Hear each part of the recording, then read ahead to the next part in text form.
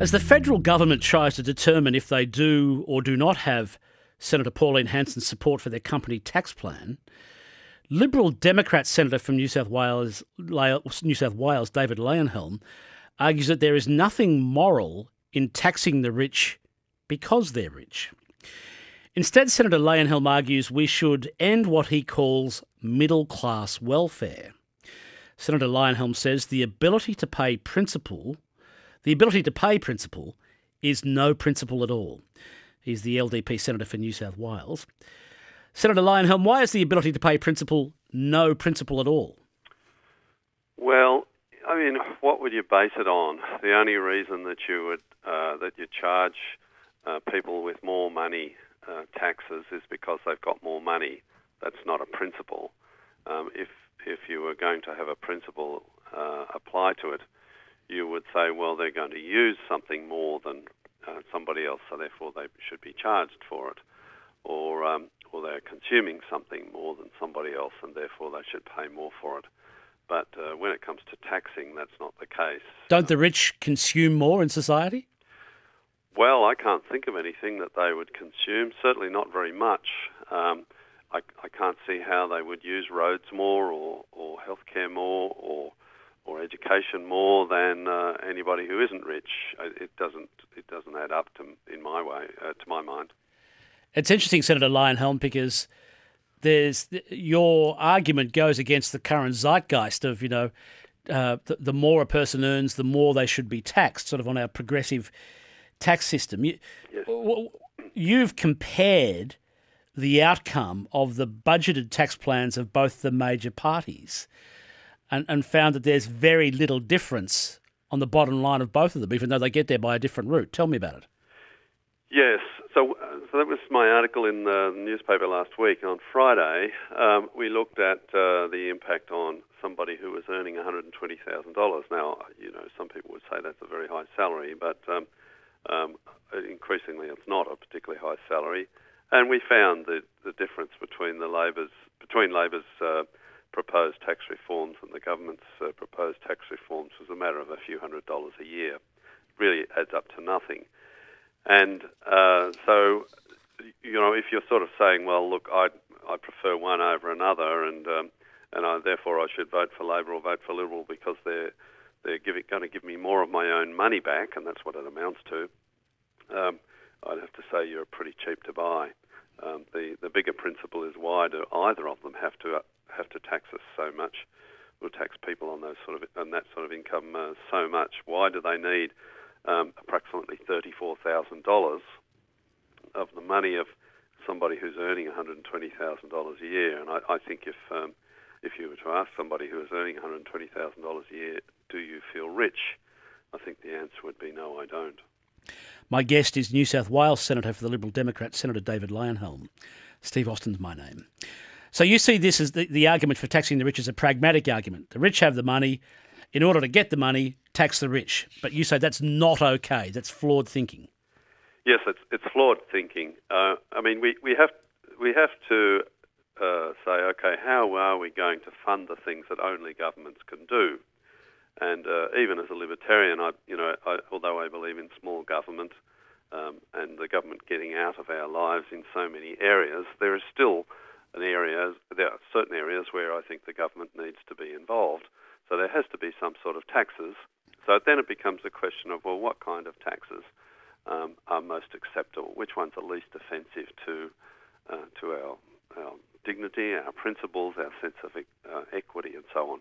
And the idea that because somebody is making more money, therefore they should pay more, is not. We can tolerate that. We because we are social beings. We live in a society. We say, well, society is worth paying for. I can afford to pay more, therefore I will. But the idea that as you earn more money, not only do you pay more tax, but also the rate at which you pay tax goes up, so that we have this what we call, hilariously, the progressive tax system. And as you earn more, not only do you pay much more, just even if the rate was the same, but you earn more as a percent. You pay more on a marginal rate as well. I think that's it's quite immoral. There simply is no justification for it at all. If I was redesigning the tax system, I would have a flat percentage rate of tax. Some countries have adopted that. Just a flat tax, I would probably make it pretty low, and I would start at the first dollar earned, so that everybody who was earning money, working for a living, was paying some tax and realised that they were contributing to our shared society. What's your take on the latest news poll results, which have been interpreted by the News Limited as showing 63% of voters support the proposed changes to the company tax rates in Australia that are put up by the federal government? Yes, I found that interesting. I'm not entirely sure that it actually does reflect public opinion. Why not? And the reason is that I'm not sure that Australians understand the importance of companies and the rate of company tax to their own prosperity. They see companies as some sort of some creature not relevant to themselves, even though the vast majority of them are employed by companies. I think they mostly, or not mostly, but a fair number of them see them as some sort of entity that has no real direct relationship to their welfare. And also, I suspect there's a lot of people who see tax as a zero-sum game. So, in other words, if the companies pay more tax, they can pay less, and vice versa. And the truth is, the government's not particularly good at communicating its views and persuading the public why those sorts of attitudes are wrong.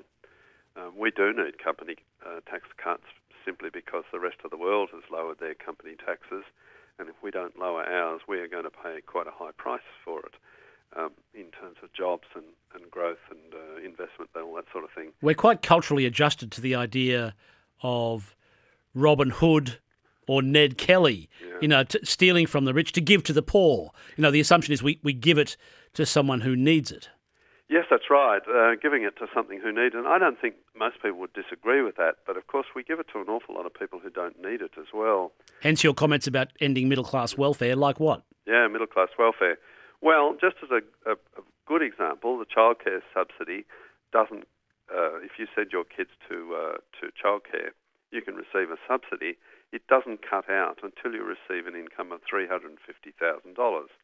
And the only reason it does cut out at all is because I blackmailed the government into imposing a limit. If it hadn't been for me, there would be no limit. You could be earning $1 million a year and still have a subsidy on your childcare. You can still receive family tax benefit A up to an income of about, I think it's $217,000. You can receive a disability support pension even if your parents are the richest people in Australia and you're already receiving a support package on the NDIS. Right. And I could go on. There's just so much money is paid to people who are poor. I don't have the time, sadly, Senator Leyonhjelm, but I'm grateful you came on this afternoon, but I would like to pick it up again when we find out what Senator Hanson may do with it. Thank you very much for your time. Happy to help. Senator David Leyonhjelm, Liberal Democrat Senator for New South Wales.